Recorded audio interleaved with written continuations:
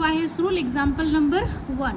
Okay, so solution में हम सबसे पहले क्या करेंगे, इसमें देखेंगे कांस्टेंट क्या है। कांस्टेंट मतलब देखो x के अलावा यहाँ पे वेरिएबल क्या है हमारे पास में, a है ना, यहाँ पे क्या है a, सो दैट हम इसको अभी क्या लिखेंगे i a। Okay, a variable है, इस वजह से हमने इसे क्या लिखा i a, e raise to minus X X 1 minus E raise to minus X D X. Okay, now first हम क्या करेंगे यहाँ पे differentiation D I by D left hand side, and right hand side में हम क्या करेंगे partial differentiation.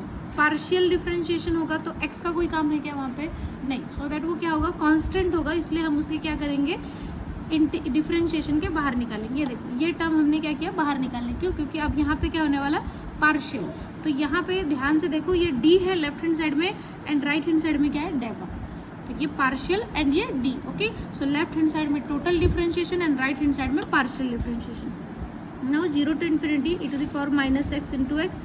अभी ये देखो ये क्या है कांस्टेंट है, तो कांस्टेंट का डिफरेंशिएशन कितना हो जाएगा 0, and e to the power x का क्या होता है e to the power x, so that ये e to the power x। But यहाँ पे कांस्टेंट क्या हो जाएगा, अगर a के रिस्पेक्ट में हो रहा है तो कांस्टेंट क्या हुआ x, सो दैट यहाँ पे माइनस एक्स कहाँ पे चला जाएगा मल्टीप्लीकेशन में, क्योंकि डिफरेंशिएशन में कांस्टेंट कहाँ जाता है मल्टीप्लीकेशन में। अभी ये वाला x इस x से कैंसिल हो जाएगा और ये निगेटिव निगेटिव मिला के क्या हो जाएगा पॉजिटिव, तो यहाँ पे क्या आएगा e की पावर माइनस एक्स e की पावर माइनस एक्स, क्योंकि यहाँ पे ये निगेटिव और ये निगेटिव मिला के क्या हो गया पॉजिटिव, तो वो लिखने की हमको जरूरत नहीं है। और इनके बीच में क्या था मल्टीप्लिकेशन। सो ये तो हमने एक और क्या पढ़ा है, जब बेस इक्वल हो तो पावर का क्या होता है एडिशन हो जाता है, तो हम यहाँ पे क्या करेंगे e की पावर माइनस एक्स कॉमन ले लेते हैं इसमें, तो यहाँ पे या फिर आप चाहो तो डायरेक्टली e की power minus X D X. Okay, and then इसके बाद में आप क्या करो e की पावर माइनस एक्स को कॉमन लिए तो वहाँ पे क्या आ जाएगा 1, यहाँ पे नेगेटिव सिंबल बाहर निकाला इसलिए विद इन ब्रैकेट क्या हो जाएगा plus,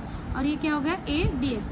now integration e to the power x का इंटीग्रेशन क्या होता है e to the power x ही होता है, सो दैट ये क्या हो जाएगा e to the power x, but constant integration में कहा जाता है डिवीजन। ओके, तो विथ लिमिट होता है तो इंटीग्रेशन में कांस्टेंट नहीं लिखना पड़ता है। नाउ लिमिट यहाँ पे कितना है 0 टू इन्फिनिटी, हमेशा याद रखो e की पावर माइनस इन्फिनिटी क्या होता है 0।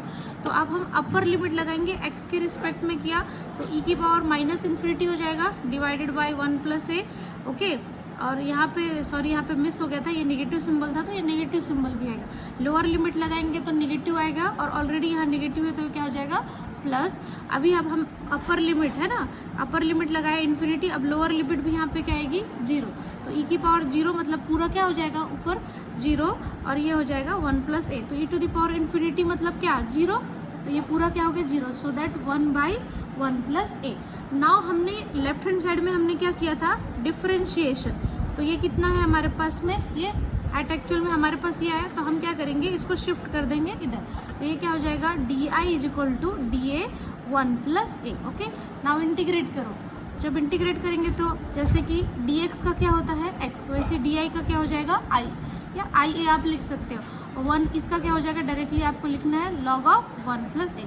एक क्या आएगा कांस्टेंट, मैंने आप लोगों को क्लास में भी बताया है, आपको क्या लिखना है when a is equal to 0 ia is equal to 0, this implies that c is equals to 0, hence ia is equal to log of I plus a। Already मैंने ये क्लास में आपको डिस्कस किया। Okay, that's all.